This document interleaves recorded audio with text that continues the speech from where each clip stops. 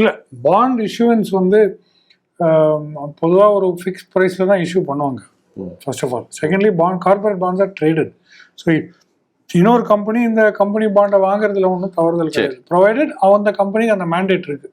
இந்த இன்வெஸ்ட்மெண்ட் இன் கார்பரேட் பாண்ட்ஸ்ன்றது அவங்களோட ஆர்டிகல்ஸ் மெமோராண்டம்ல வந்து இருந்ததுன்னா அவங்க இன்வெஸ்ட் பண்ணலாம். இதில் இன்ஃபேக்ட் ஸ்டாக் மார்க்கெட் இன்வெஸ்டிங்கே அந்த மெமோராண்டம் அண்ட் ஆர்டிகல்ஸ் வந்து இருக்கணும். இல்லாட்டி அந்த கம்பெனி வந்து ஸ்டாக் மார்க்கெட்டுக்குள்ளே அவங்க இதில் வந்து ட்ரேட் பண்ண முடியாது. ஸோ இதெல்லாம் இருக்கணும். இருந்த பட்சத்தில் they can go and buy corporate bonds. ரெண்டாவது, நிறைய கம்பெனிஸ் வந்து ஹோல்டிங்ஸில் வந்து வச்சுருப்பாங்க. சில கார்பரேட் பாண்ட்ஸ் வச்சுருப்பாங்க, ஸ்டாக்கை வச்சு, சில மியூச்சுவல் ஃபண்ட் யூனிட்ஸ் வச்சுருப்பாங்க. இந்த மாதிரிலாம் இருக்கக்கூடிய கம்பெனிஸ் இருக்குது. ஸோ இரண்டாவது, அது ப்ரீமியமாக டிஸ்கவுண்டான்னு கேட்டால் அப்படி கிடையாது. ஏன்னா bonds are traded commodities. So பாண்ட்ஸோடைய ப்ரைஸிங் வந்து ஒன்ஸ் அந்த இனிஷியல் இஷ்யூ முடிஞ்சதுன்னா அது ஈல்டு அடிப்படையில் தான் மாறும். ஈல்டுனா yield to maturity. Yield to மெச்சூரிட்டின்னு என்ன கார்த்தி, இப்போ நான் வந்து 1 வருஷம் பாண்ட் நான் உங்களுக்கு இஷ்யூ பண்ணுறேன். நீங்கள் 1000 ரூபா பாண்டு, ஃபேஸ் வேல்யூ வந்து 1000 ரூபா, 6% இன்ட்ரெஸ்ட். 1 வருஷம் நீங்கள் வச்சுட்டு அந்த பாண்டை திருப்பி என்கிட்ட கொடுத்தீங்கன்னா, கடன் பத்திரத்தை கொடுத்தீங்கன்னா, நான் உங்களுக்கு 1000 ரூபா ப்ளஸ் 6% இன்ட்ரெஸ்ட் கொடுப்பேன்.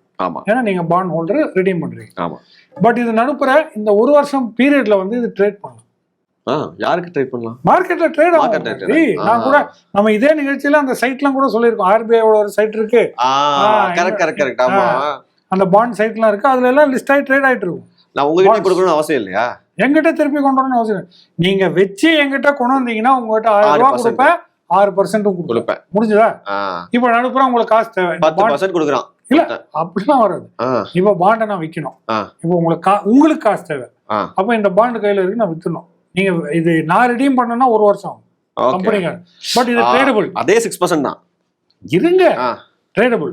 இப்போ ட்ரேடபிள் ஆகும்போது என்ன நடக்கும், நான் இது 1 மாச காலம் நான் நீங்க வச்சிருந்தீங்க, சரி, வச்சுட்டு இப்போ உங்களுக்கு பணம் தேவைன்னு மார்க்கெட்ல வந்து இது வித்துடலாம் அப்படின்னு முடிவு பண்றேன். அப்போ இன்னும் எத்தனை மாசம் இருக்கு அந்த பாண்ட் மெச்சூர்? 11 மாசம் தான் இருக்கு. 12 மாசம் வச்சாதான் 6%. ஓகே.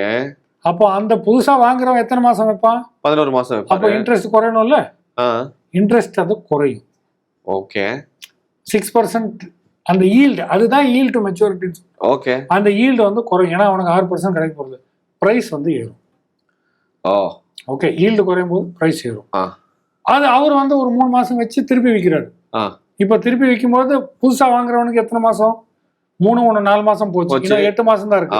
அப்ப 8 மாசத்துக்கு 6%ன்றது அவனுக்கு கிடைக்காதுல்ல. இல்ல கிடைக்கும் அப்படின்னு நினைச்சீங்கன்னா பிரீமியம் குறையும், ஈல்டு வந்து ஏறும். சரி. So both change.